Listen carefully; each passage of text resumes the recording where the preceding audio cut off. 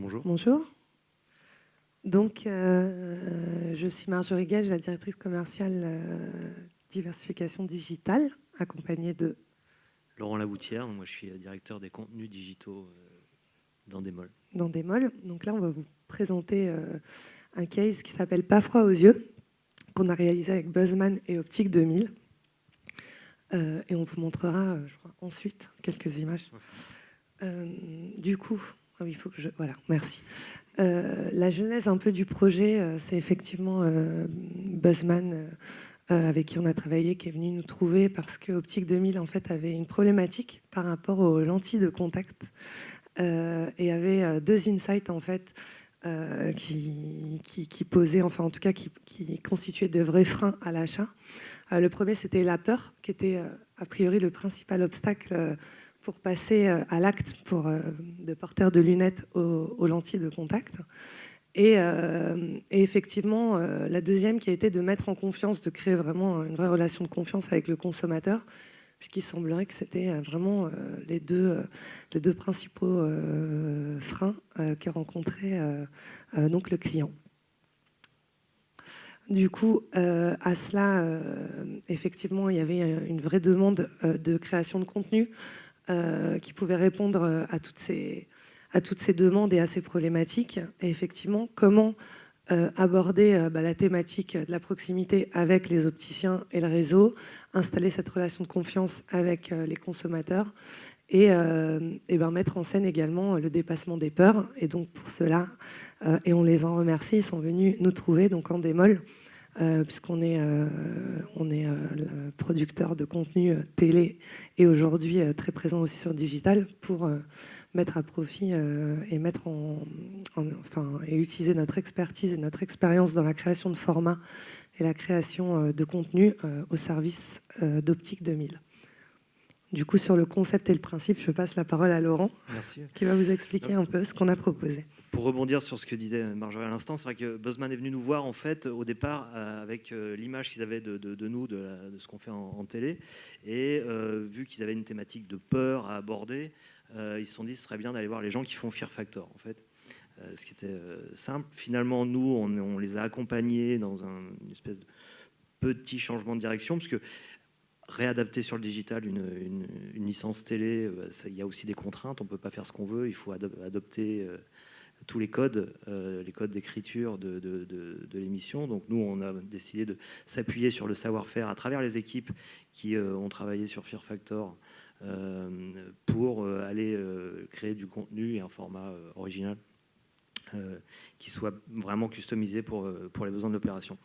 Donc de fil en aiguille, on a vraiment travaillé en rebond et avec Buzzman bien sûr, mais avec le client aussi, Optique 2000 en direct.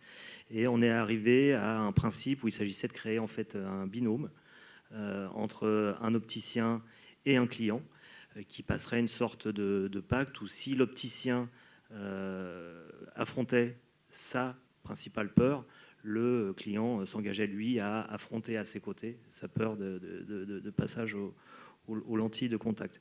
Derrière ça, derrière ce principe, il y avait effectivement l'idée de montrer de la proximité, d'illustrer l'implantation du réseau Optique 2000, puisqu'on est allé en région voir des dizaines et des dizaines d'opticiens, de prouver aussi à travers le dispositif digital de participation des clients qu'ils avaient un opticien en région, près de chez eux, qui pouvaient donc aller discuter avec lui et engager cette relation de confiance. L'idée de mettre en scène aussi la peur de l'opticien, c'était aussi une façon de désacraliser un peu la peur du client qui peut paraître... C'était un peu l'obstacle principal du programme, qui était de se dire par rapport à une peur telle que la peur du vide, la peur de passer aux lentilles, ça peut paraître ridicule. Et donc l'idée d'illustrer, de commencer le programme par la mise en exergue de la peur de l'opticien, ça permettait derrière de pouvoir aborder la peur des lentilles de manière un peu plus fun. Donc la mécanique, c'est résumé de la façon suivante. On est allé caster des opticiens dans les régions de France. On en a ramené 10 portraits où les opticiens expliquaient leurs peurs. Donc on a eu des peurs assez classiques finalement, la peur du vide, la peur de la vitesse, la peur des profondeurs, la peur des insectes, la peur, enfin bref, les peurs les plus répandues. Donc une fois qu'on a effectué ce casting, on est retourné une deuxième fois, ensuite tourné en région en essayant de mettre les 10 opticiens qu'on avait retenus dans des situations qui permettaient à l'internaute de ressentir cette notion de peur dans la mise en scène de ce mini-portrait. Derrière, ces 10 portraits ont été publiés. Les internautes ont été invités à s'engager auprès de l'opticien qu'ils considéraient comme étant le plus touchant dans sa peur.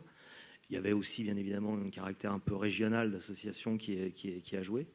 Et les 5 opticiens qui ont reçu le plus de soutien de la part des clients d'Optique 2000 qui se sentaient concernés par cette peur des lentilles sont ceux qui ont eu l'occasion d'affronter leur peur devant les caméras. Donc, je vous propose de regarder un petit résumé de l'opération.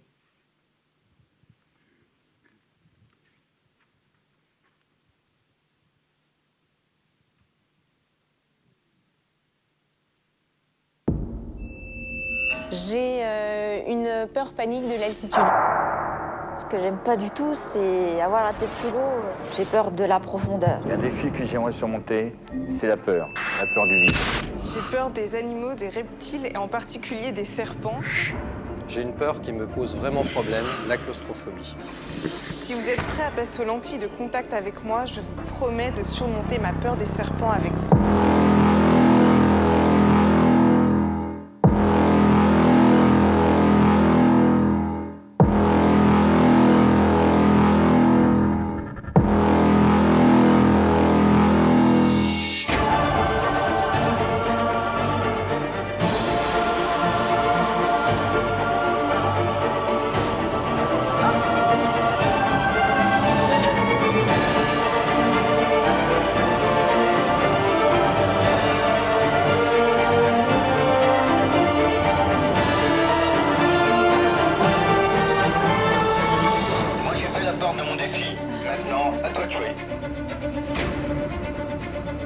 Très bien. Allez, vas-y, approche. Allez, allez, allez.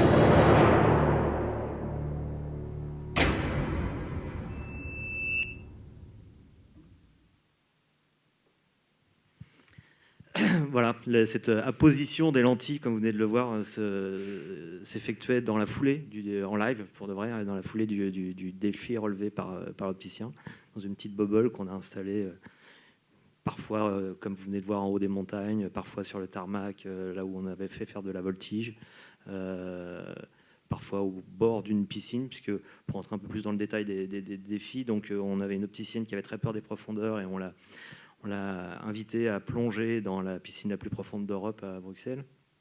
On avait un opticien qui avait peur du vide et on l'a fait sauter à l'élastique d'un téléphérique. On en avait une autre opticienne qui avait peur de l'avion, on lui a fait faire un avion un peu spécial, c'est-à-dire de la voltige. Une opticienne qui avait peur des serpents, qu'on a fait voyager dans un immeuble, dans un ascenseur où il y avait beaucoup de serpents, bien évidemment. Et puis, il me semble que j'en ai oublié un. Non, voilà, c'est tout. Ah non, la claustrophobie, ouais. On a amené l'opticien claustro dans une grotte. Et ce qui est rigolo, c'est que cet opticien, lui, était également le CEO d'Optique 2000. Voilà. Les résultats ? Donc, suite à cette belle opération, effectivement, en termes de diffusion, l'idée, c'était de créer un site dédié. Donc, il y avait vraiment une plateforme dédiée à Optique 2000 où a été diffusé l'ensemble des épisodes. Avec ça, il y avait également une diffusion sur leur chaîne YouTube, un relais média assez conséquent aussi derrière, toute l'activation réseaux sociaux, etc. En termes de résultats, ça a été un beau succès pour eux et pour nous, puisqu'il y a eu plus de 250 000 visites sur le site dédié, quasiment 2 millions de vues au global, et surtout une augmentation des ventes de lentilles de 10%, donc qui répondait bien aux KPIs de l'annonceur et du brief de base. Donc plutôt de beaux résultats, une belle opération. Je ne sais pas si j'ai oublié quelque chose. Bon, je trouve que de mettre la lentille, c'est ce qui fait le plus peur. Pour moi, quand on regarde ces images, mais bon, voilà, merci.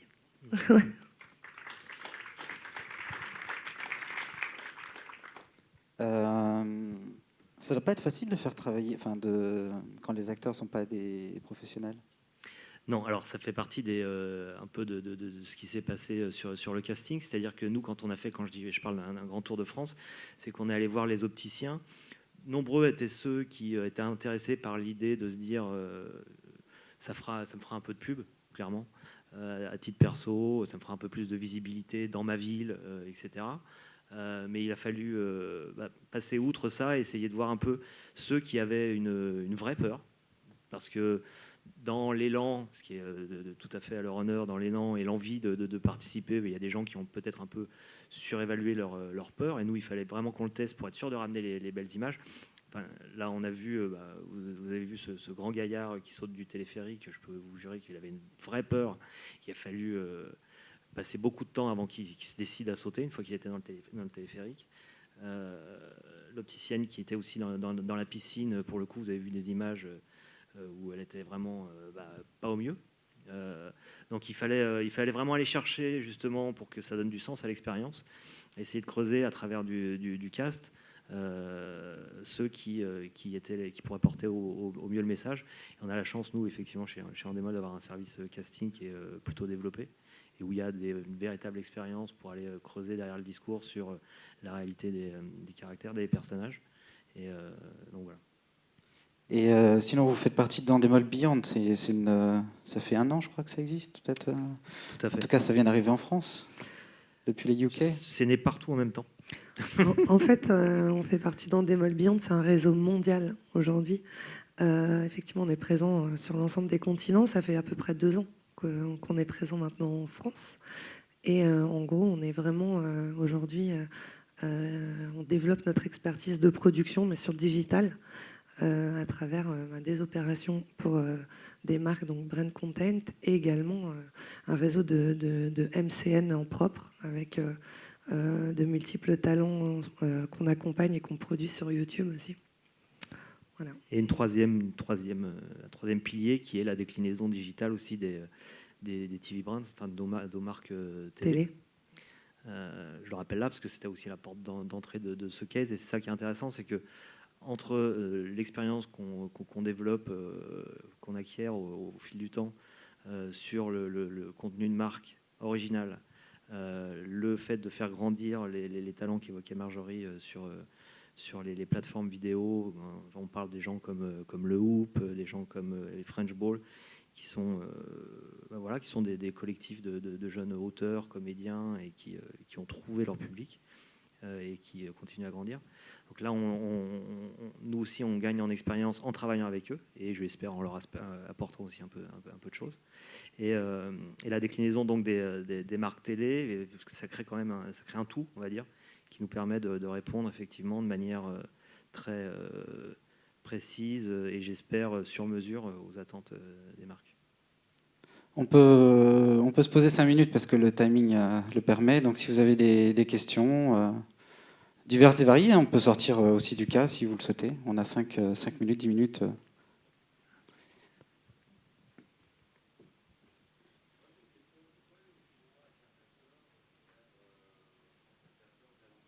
Ouais.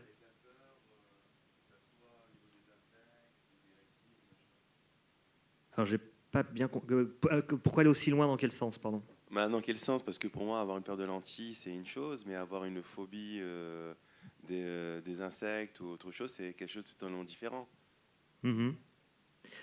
L'idée là, c'était vraiment de montrer en fait qu'on a tous une peur. Alors c'est vrai que je ne l'ai pas suffisamment bien expliqué. On a tous une peur qui nous empêche de vivre, si j'ose dire, aussi bien qu'on le pourrait. C'est-à-dire que tous les opticiens là qu'on a vus, on ne sait pas dans le film, on ne va pas faire du service après-vente, mais tous ont eu vraiment le bénéfice d'avoir surmonté leur peur après l'expérience qu'ils ont vécue. Et tous nous ont expliqué que derrière, ils pouvaient profiter de moments ou d'initiatives qu'ils ne pouvaient pas faire tant qu'ils nourrissaient cette peur. La dame que vous voyez qui a peur des profondeurs, qu'on voit dans la piscine, c'est quelqu'un, pour elle, c'était son frère, et enfin, c'était probablement lié d'ailleurs, son frère était moniteur de plongée. Et elle n'avait jamais accepté de mettre la tête sous l'eau. Et derrière, elle est revenue vers nous en disant merci, parce que voilà, quoi, je ne vis plus pareil. L'homme que vous voyez sauter du téléphérique, de la même manière, il nous expliquait que c'était un obstacle pour, dans ses loisirs, simplement, la peur du vide. Et derrière ça, montrer la grandeur de ses peurs et l'emprise, l'impact que ça peut avoir sur la vie, et le mettre en relation avec la peur des lentilles, qui effectivement est moins importante et moins impressionnante, c'était aussi l'idée de montrer qu'une fois qu'on a passé sa peur, derrière, on vit mieux. Et que pour les porteurs de lentilles, ce serait la même chose. Ils auraient un confort de vie qui serait gagné. C'est en sous-texte, quoi. On n'a pas... Parce qu'encore une fois, selon l'annonceur, selon Optique 2000, ça fait vraiment partie des principaux freins, parce qu'il y a énormément de porteurs de lunettes qui veulent porter des lentilles, mais qui ont peur, en fait. Donc c'était vraiment pour répondre à ça. Et effectivement, si vous connaissez le format Fear Factor, on a vraiment rebondi là-dessus au début, parce que c'est une émission de télé-réalité où les gens combattent leur peur, donc ils sont vraiment venus nous chercher là-dessus, en fait. Une dernière question. Ah.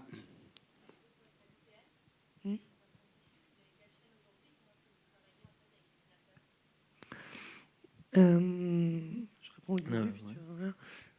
Aujourd'hui, on a à peu près... Alors, on a différents modèles pour travailler avec eux. Aujourd'hui, en termes de chaîne, on a le fer de lance, ça va être le Whoop. La chaîne la plus puissante aujourd'hui, c'est le Whoop. Un collectif d'humoristes, ils sont 7, portés par notamment Mister V et Hugo Tout Seul, qui sont 2 youtubeurs qui cartonnent aujourd'hui aussi en solo.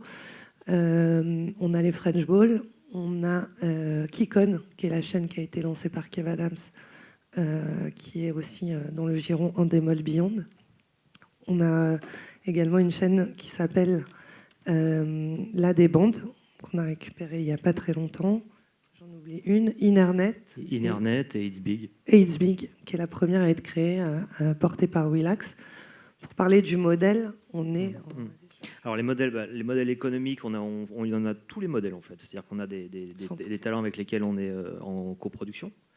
C'est-à-dire que nous on apporte des moyens de production et puis on va dire qu'il y a un apport industriel de par notre capacité à les aider dans du marketing, dans leur proposer des formats, leur proposer de travailler aussi avec des gens avec qui ils n'auraient pas forcément accès directement. Et eux apportent leur talent. Et on est vraiment en partage, en coprod, c'est-à-dire qu'ils ont la copropriété de leur format, enfin on partage tout. Il y a un modèle où on est entièrement propriétaire, c'est-à-dire que là on salarie les talents comme tous les producteurs, on salarie des auteurs, on salarie des comédiens, etc. Et puis il y a un troisième modèle qui est un modèle que...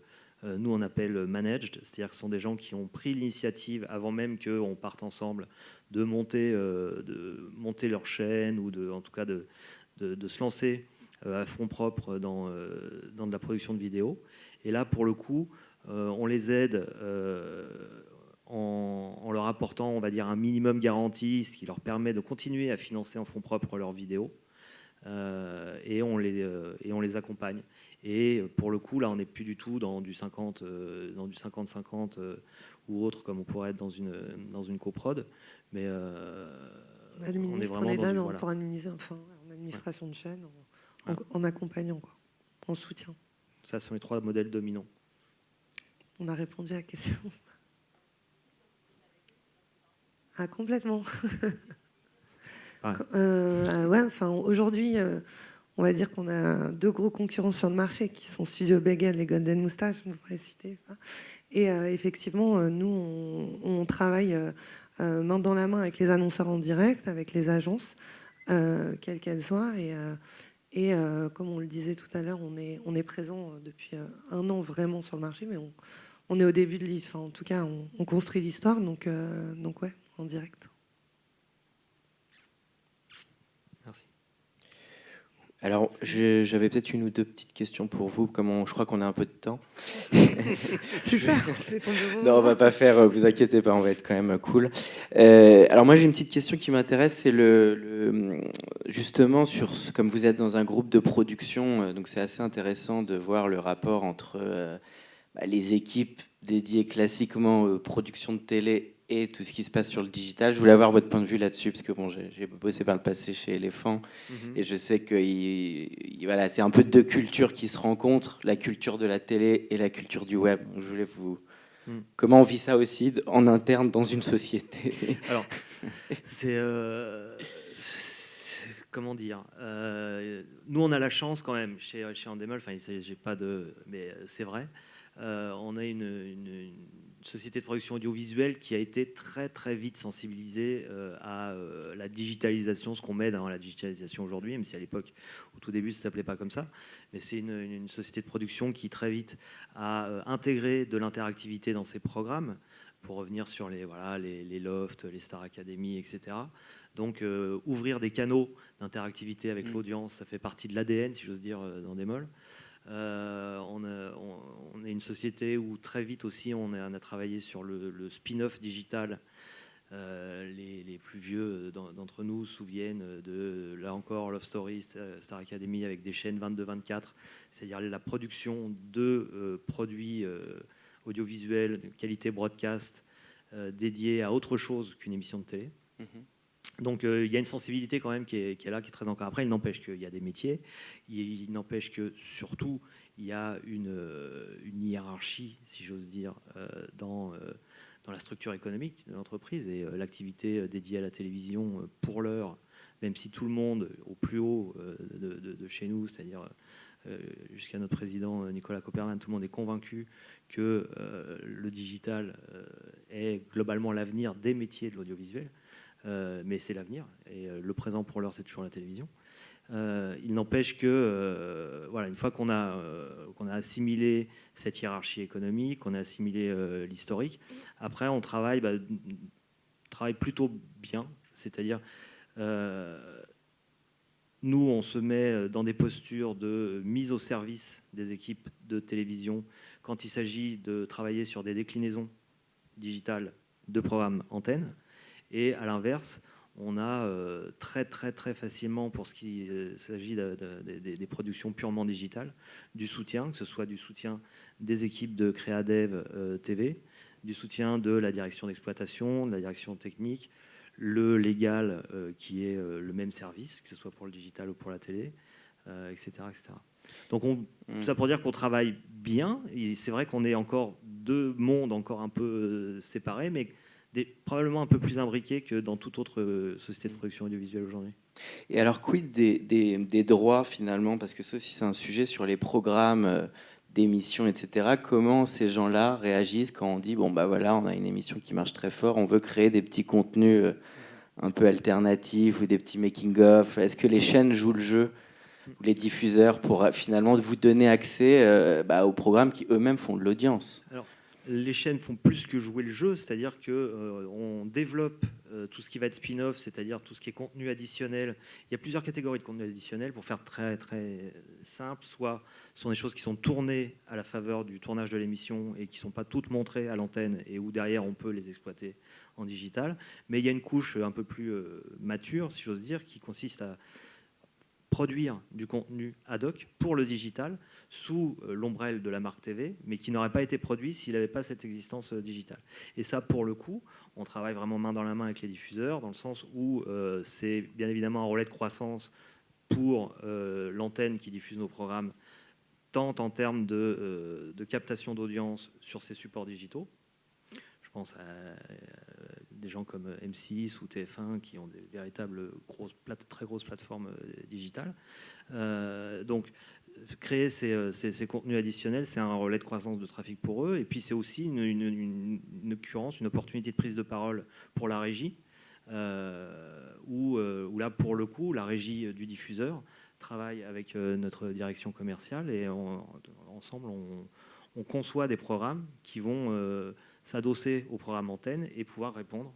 C'est ce qui permet également, voilà, en termes plus côté régie et côté annonceur, de travailler sur de vraies opérations spéciales, au vrai sens du terme, c'est-à-dire on n'est pas seulement le parrain d'un programme, mais c'est grâce aussi au contenu qu'on produit en plus ad hoc sur les plateformes, sur le second écran, sur toutes ces façons-là qui permettent derrière de raconter la vraie histoire et de faire de vrais OP cross-média pour la régie et pour les marques. Et ça veut dire donc qu'il faut une bonne collaboration entre l'éditorial des chaînes et les annonceurs, ce qui est toujours un sujet, parce que finalement, ça serait aux diffuseurs de mettre un peu plus en termes de financement. Alors, comment ça se joue cette partie? Là, il y a deux modèles. Il y a soit, là encore, on travaille avec tous les modèles, c'est-à-dire que soit l'annonceur achète du contenu additionnel et se charge de le monétiser, soit on part ensemble sur de l'OPSP. Et auquel cas, il y a des coûts de prod, il y a des coûts de médias, tout est mis sur la table et on est en relation transparente avec le client. Ok, super. Merci beaucoup. Merci. Je ne sais pas si vous aviez d'autres choses à ajouter ou un... À part merci pour moi. Ouais, merci de votre attention. Merci beaucoup.